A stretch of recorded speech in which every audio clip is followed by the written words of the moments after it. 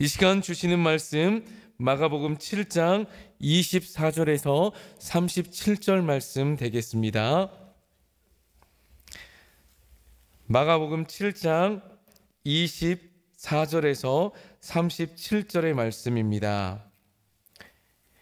예수께서 일어나사 거기를 떠나 두로 지방으로 가서 한 집에 들어가 아무도 모르게 하시려 하나 숨길 수 없더라.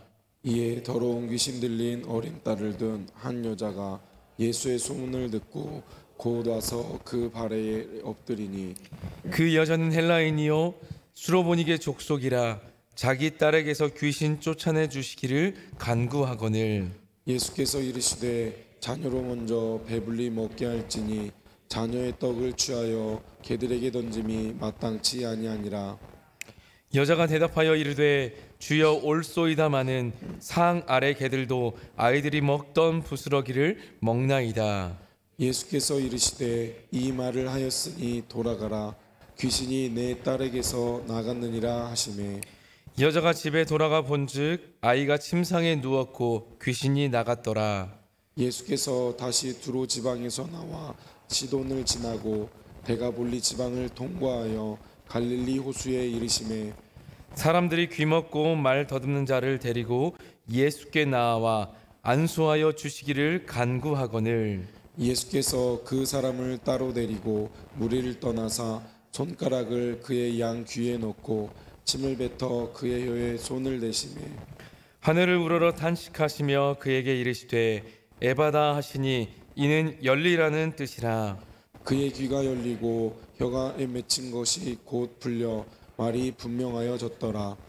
예수께서 그들에게 경고하사 아무에게도 이르지 말라 하시되 경고하실수록 그들이 더욱 널리 전파하니, 사람들이 심히 놀라 이르되 그가 모든 것을 잘하였도다. 못 듣는 사람도 듣게 하고 말 못하는 사람도 말하게 한다 하니라. 아멘. 할렐루야. 2월 마지막 날입니다. 빛 대신 은혜가 지금까지 함께 하셨듯이 우리 또 새로운 달을 맞이하고 있는 오늘 이 시점 가운데 이 새벽에도 환하게 우리를 비춰주시기를 간절히 축복합니다.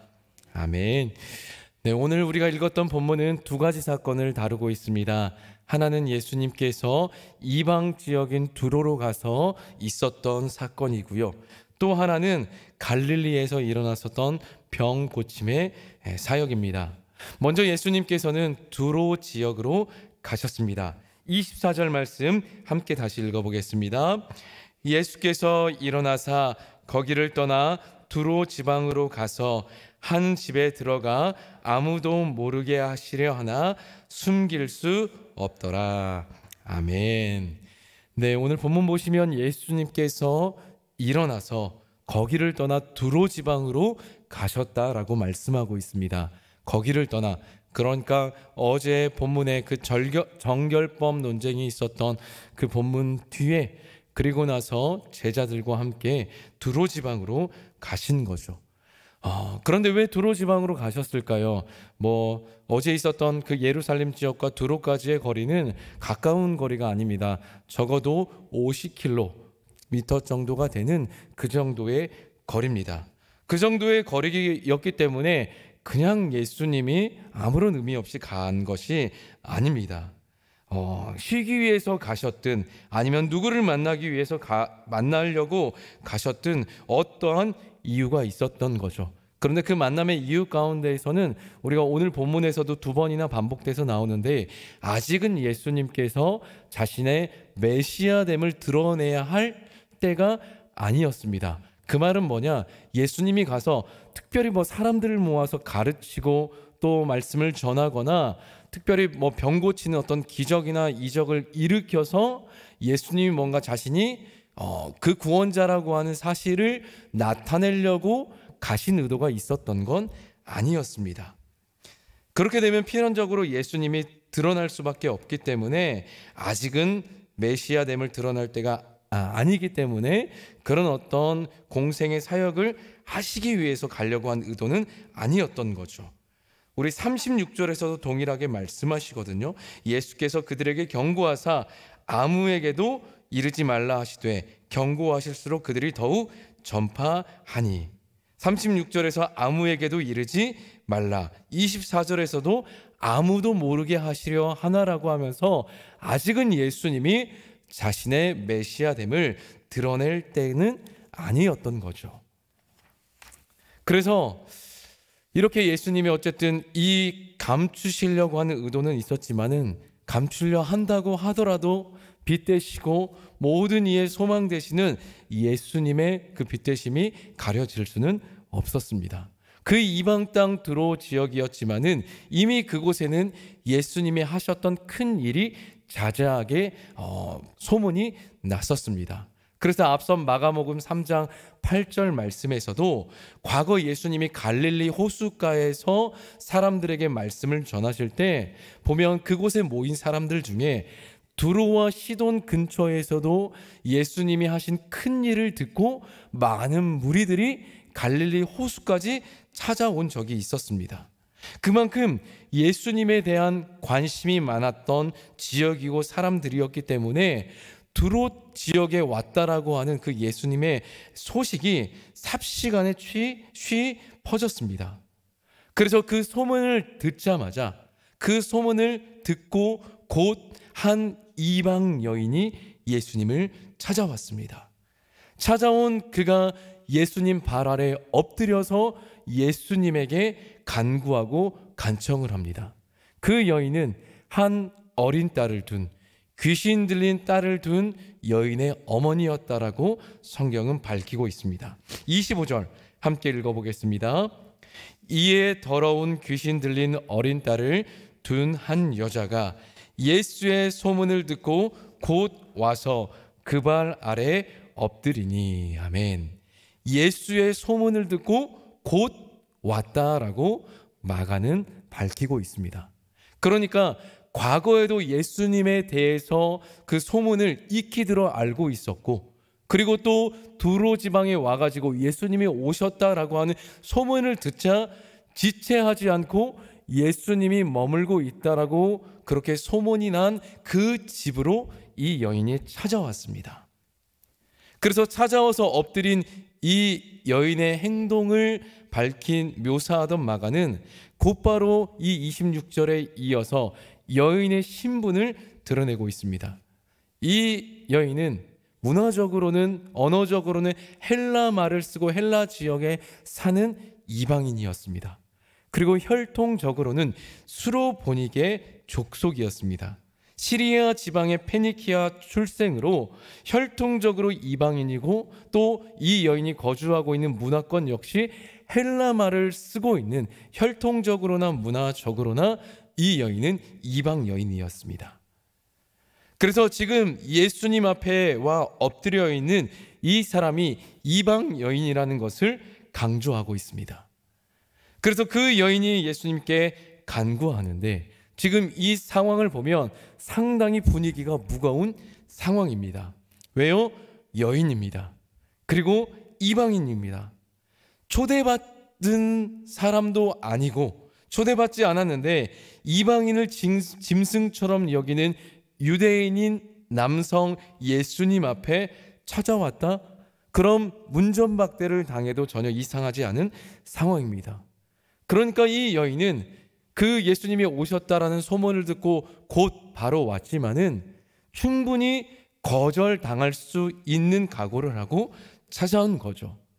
우리가 친구나 지인에게 찾아가서 참 어려운 부탁을 꺼내기도 참 쉽지 않은데, 얼굴도 한 번도 보지 못한, 더군다나 당시 어쩌면은 사람들에게 있어서 그 인기가 절정에 치닫던 예수님이었습니다. 오늘도 누가 우리 유명한 분들, 높은 분들에게 찾아가서 부탁을 한다라고 쉽게 생각할 수가 없잖아요. 그러니까 이 당시 이 이방 여인이 예수님을 찾아가서 도움을 요청한다라는 것은 쉽지 않은 상황입니다. 그런데 이 여인은 예수님을 찾아와서 자기 딸에게서 귀신 쫓아내 주기를 간구합니다. 그렇게 찾아와서 예수님에게 요청한 그 한 여인에게 예수님이 뭐라고 말씀하셨습니까? 예수님의 말씀이라고 보기에는 꽤 좀 아이러니한, 마치 바리새인이나 서기관들처럼 하나님의 말씀을 업신여기고 또 이상하게 만들어버린 이들을 향해서 하는 말투로 자녀의 떡을 취해서 개들에게 던짐이 마땅치 않다라고 말씀하십니다. 우리 27절 읽어보겠습니다. 예수께서 이르시되 자녀로 먼저 배불리 먹게 할지니 자녀의 떡을 취하여 개들에게 던짐이 마땅치 아니하니라. 아멘. 아이러니합니다. 예수님을 찾아온 이 여인을 예수님은 다른 유대인들처럼 개처럼 여기신 걸까요? 그런데 그건 아닐 것입니다. 예수님이 지금 27절에 하신 말씀의 의도는 복음에 있어서 유대인들에게 있는 어떤 우선권을 말씀하신 겁니다. 무슨 말씀이냐면 사도 바울 역시 로마서 1장 18절에 보면 내가 이 복음을 부끄러워하지 않노니 이 복음은 모든 믿는 자들에게 구원을 주시는 하나님의 능력이라고 말씀하셨어요. 그러면서 이 하나님의 능력인 복음이 먼저는 누구에게? 유대인에게, 그 다음에 헬라인에게로다라고 말씀하셨습니다.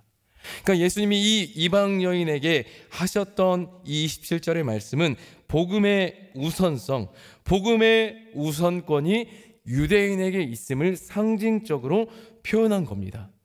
그러니까 자녀들인 즉 유대인들이 먼저 배불리 먹어야 하고 그 다음에 이방인이라는 것을 상징적으로 말씀하신 거죠. 그 당시 유대인과 이방인들의 어떤 관계 가운데에서에 있는 그 표현을 가지고 상징적으로 말씀하신 겁니다. 여러분, 그래서 쉽게 말하면 이 27절의 말씀은 이 여인을 향해서 그 여인의 간구를 들어주시겠다라고 하는 긍정의 표현으로 들리겠습니까? 부정의 표현으로 들리겠습니까? 부정의 표현으로 들릴 것입니다. 이 말씀만을 보면 예수님은 이 여인 딸의 귀신을 내쫓아줄 생각이 없습니다. 적어도 아직은 그때가 아니라는 거죠. 그래서 이런 대답을 들으면 힘 빠질 만도 한데 또 덜어는 당신이 잘났으면 얼마나 잘났냐라고 하면서 내가 걔라고 이렇게 역반응을 낼 수도 있는데, 여러분 이 여인의 대답이 어떠합니까? 28절 보시면 여자가 대답하여 이르되 주여 올소이다마는 상 아래 개들도 아이들이 먹던 부스러기를 먹나이다. 아멘. 이 여인이 이렇게 대답하는 겁니다. 이 예수님의 말씀과 이 여인의 대답 가운데에는 조금의 지체함도 없었습니다.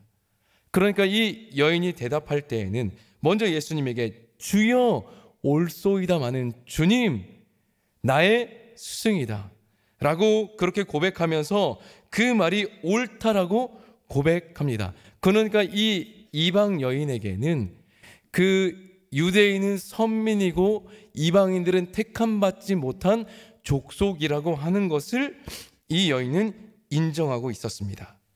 예수님을 처음 봤지만 여기저기 행하시는 예수님의 큰 일을 듣고 들으면서 그분이 메시아 구원자라고 하는 사실을 인정하고 있었고 그분 앞에 나오게 된 겁니다. 주저하지 않고 예수님을 찾았고 그분께 죽기를 요청합니다. 그래서 사실상 거절이 담긴 예수님의 말씀에 깊이 생각한 것도 아니고 즉시 대답하는 거죠. 맞습니다, 주님. 하지만 상 아래 있는 개들도 그 주인의 자녀들이 먹다 남은 그 바닥으로 떨어진 부스러기도 먹습니다 라고 하면서 여인이 마치 자신의 모든 자존심을 다 버리고 자존심을 뭉개버리는 그 표현과 말을 자신이 고백하는 겁니다. 여러분, 이 믿음, 이 고백이 어디에서부터 나왔습니까?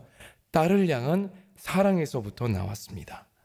딸을 위해서 마치 개 같다는 그 표현도 받아들이고 자신이 개와도 같다라고 인정하고 고백합니다. 여러분, 그래서 이 예수님이 이 여인의 믿음을 수용하셨죠. 칭찬하셨죠. 그러면서 네 딸이 낳았다라고 말씀하시면서 여인의 간구를 들어주시면서 여인의 믿음을 인정해 주셨습니다. 여러분, 이 여인의 믿음이 어떠한 믿음입니까? 자존심을 다 내려놓은 믿음이었습니다. 자기 부인과도 같은 믿음이었습니다. 그래서 여러분, 예수님이 기뻐하시는 믿음, 우리가 신앙의 연수가 많아질수록 우리가 가져야 되는 믿음은 자꾸 내가 더 살아나고 내 목소리가 주장하고 하는 그 믿음이 아닙니다. 나는 작아지고 주님이 커지는 믿음. 여러분, 믿음의 첫걸음도 그러하죠.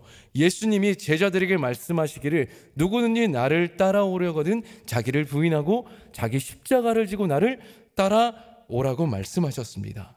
자기를 인정하고 자기를 더 사랑하고 성공과 성취를 위해서 인생을 달려가는 삶이 아니라 자기를 부인하고 자기를 낮추라, 그리고 하나님으로 채우라고 그렇게 말씀하셨습니다. 그래서 이 여인의 믿음이 이러했고 이것을 예수님이 인정하셨습니다. 그래서 네 딸이 낳았노라라고 하는 그 말씀을 듣고 증거를 보여달라라고 하지 않고 그 여인은 그 말씀 그대로 믿고 집으로 돌아갑니다. 그리고 가서 귀신이 나가고 평안히 누워있는 딸의 모습을 발견하게 되는 거죠. 그래서 이제 예수님은 두로에서 이 여인을 만나고 그리고 시돈과 데가볼리를 통과하여 갈릴리 호수에 이르렀다고 말씀하고 있습니다. 그래서 이 31절에 나와 있는 예수님의 이 거쳐가셨던 지역을 다 계산해 보면 200km 정도입니다. 그러니까 갈릴리 호수 옆에 있는 예루살렘에서 두로 지방으로 갔다가 더 북쪽 시돈으로 갔다가 또 아래쪽으로 내려와서 지금 예수님이 다시 갈릴리 호수까지 한 바퀴를 쭉 도르신 거예요. 시계 방향으로. 그렇게 예수님이 와서 갈릴리 지방에 도착했는데 그곳에서도 사람들이 어떤 한 사람을 데리고 옵니다. 귀먹고 말 더듬는 사람입니다. 예수님께 그 사람을 데리고 와서 안수하여 주시기를 간구합니다. 이에 대한 예수님의 반응을 함께 우리 봅시다. 33절 읽어보겠습니다. 예수께서 그 사람을 따로 데리고 무리를 떠나서 손가락을 그의 양 귀에 넣고 침을 뱉어 그의 혀에 손을 대시며. 아멘. 무리를 떠납니다. 예수님의 자신의 사역과 메시아됨을 아직 드러낼 때가 아니기 때문에 무리를 떠나 그 사람을 따로 데리고 갑니다. 그리고 손가락을 그의 양 귀에 넣고 침을 뱉어 그의 혀에 손을 댑니다. 여러분, 이렇게 예수님이 굳이 하지 않으시고 그냥 나을지어다, 막힌 것이 열릴지어라고 선포하셔도 될 텐데 예수님이 굳이 왜 이런 행동을 하셨을까요? 여러 이유를 학자들은 이야기하지만은 저는 그 당시 문화적으로 보면 장애가 있다, 신체 부분에 어떤 문제가 있다라는 것은 하나님의 어떤 저주나 징계로 여기는 문화가 있었습니다. 부정하다라고 여겼습니다. 그렇기 때문에 사람들이 가까이 하지 않는 어떤 부류의 존재였습니다. 그래서 사회적으로 배척되고 부정적으로 대우받는 경우가 있었는데 예수님이 장애를 가진 사람들과 접촉하고 치유하는 이러한 행위는 당시 사회적 편견을 깨는 행위였습니다.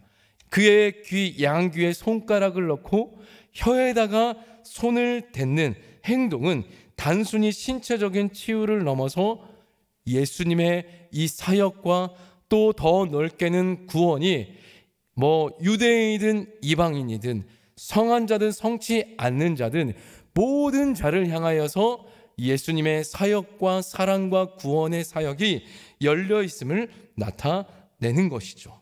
그래서 그의 혀에 손을 대시고 하늘을 우러러 봅니다. 기도하셨다라는 거죠.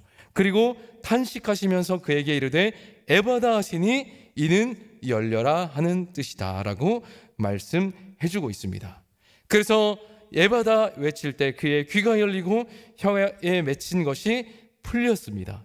이사야 선지자가 예언했던 것처럼 그때의 맹인이 눈을 뜨고 못 듣는 사람의 귀가 열릴 것이며 라고 하는 그 예언의 말씀이 성취되었습니다. 할렐루야.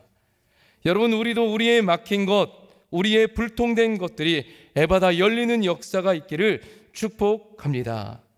죄로 인해 찾아온 모든 불통이든 이 모든 우리에 맡긴 것들이 예수 그리스도 안에서 모든 것들이 통하게 되는 은혜의 역사가 있기를 간절히 소망합니다. 그리고 나서 36절에서 예수님은 아무에게도 이르지 말라.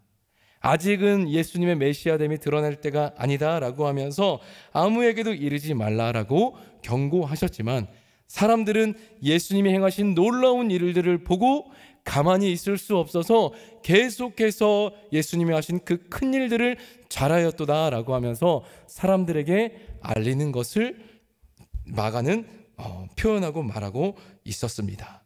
여러분, 하지만 지금은 우리가 감출 때가 아니죠. 어제 말씀 강사 목사님 통해서 전해주셨듯이 여러분, 지금은 복음이 모든 사람에게 열려있고 모든 사람이 알아야 하는 복음입니다. 모든 사람에게 하나님이 예수님을 보내신 이 놀라운 사랑과 구원의 역사를 지금은 전해야 될 때입니다. 그래서 사랑하는 여러분, 우리를 통해서 하나님이 우리에게 베풀어 주신, 우리 모두에게 행하신 놀라운 그 일들을 우리가 전하고 전함으로 말미암아서 또 한 영혼 한 영혼이 주 앞에 돌아오는 놀라운 그 놀라운 천국 잔치의 역사가 우리 교회를 위해서 우리 한 사람 한 사람을 통해서 놀라운 일들이 일어나게 되는 은혜의 역사가 있기를 간절히 소망하고 축복합니다. 오늘도 그 믿음으로 살아가는 우리 모두가 되시기를 간절히 소망합니다. 아멘. 기도하겠습니다. 은혜와 사랑의 하나님, 감사합니다. 하나님, 한 사람 한 사람을 사랑하셔서 하나님 먼 거리를 오고 가시면서 귀신 들린 자의 딸의 간구를 하나님 들어주시고, 또 귀가 잘 들리지 않고 하나님 벙어리 된 하나님 그 사람을 데리고 아버지 예수님께 간구했던 그 간구를 들어주시사 모든 사회적 편견을 깨뜨리시고 치유하신 예수님의 모습을 살펴보았습니다. 하나님, 이 놀라운 은혜가 우리 가운데도 하나님 받은 은혜인 줄 압니다. 우리가 받은 사랑, 우리가 받은 이 구원이 얼마나 큰 구원입니까? 하나님, 잠잠고 있지 않게 하여 주시고 하나님이 행하신 놀라운 일들을 전하는 자 되게 하여 주시고 전하는 교회 되게 하여 주시옵소서. 또한 하나님, 이 일들을 위하여서 하나님께 간구하는 자 되게 하여 주시옵소서. 이 이방 여인이든 또 이 벙어리 된 자를 하나님 예수님 앞에 데려온 사람들의 아버지 하나님 간구가 있었습니다. 우리도 끊임없이 하나님 눌린 자들, 병든 자들, 환난 당한 자들을 위하여서 간구하는 자 되게 하여 주시옵소서. 하나님, 두세 사람이 함께 모여서 내 이름으로 있는 곳에 함께 모여 기도하는 가운데 그 간구를 들으시고 응답하시겠다라고 말씀하신 하나님의 말씀을 우리가 기억하면서 끊임없이 우리가 기도케 하여 주시고 도구의 기도, 다른 영혼들을 위한 기도를 우리가 날마다 쉼 멈추지 않고 하게 하여 주시옵소서. 그래서 이 놀라운 복음의 역사가 하나님 우리를 통하여서 흐르는 귀한 그 통로로 사용되어질 수 있도록 우리를 사용하시고 우리 교회를 사용하여 주시옵소서. 그렇게 놀라운 은혜가 우리의 삶을 통해서 하나님 이루어질 수 있도록 우리의 삶을 내어 드리오니 주님 우리를 사용하여 주시옵소서. 감사합니다. 오늘도 말씀하시고 우리의 기도를 들으실 우리 주 예수님 이름으로 기도드립니다. 아멘. 우리 함께 기도합시다. 은혜가 더 흘러넘치는 교회, 사랑이 흘러넘치는 우리 교회 되게 하여 주시옵소서. 그리고 새봄 은혜 집회를 은혜 가운데 마치게 하여 주셔서 감사합니다. 하나님, 정말로 말씀 안에서 말씀 붙잡고 하나님 그 생명력이 넘쳐나고 무성하게 뻗어나가는 하나님 그런 가치가 아버지 하나님 우리 교회 되게 하여 주시고 여러 사람들을 살리는 우리 교회 되게 하여 주시옵소서. 또 내일 3월 한 달을 시작하는 월상 예배로 드립니다. 많은 성도들 함께 나와서 하나님 은혜 구하게 하여 주시고 또 내일 있을 전교인 등반 기도회, 또 당회 수련회, 또 3월부터 시작되는 양육 과정과 시니어 대학 육아 사랑방 모든 하나님 이 사역 가운데 하나님의 생명이 넘쳐나고 문 영혼들이 살아나는 은혜의 역사 있게 하여 주시옵소서. 함께 기도하고 또 우리의 개인의 기도의 제목을 주 앞에 간구하며 나아가도록 하겠습니다. 우리 주의 이름 한번 부르고 함께 기도합니다. 주여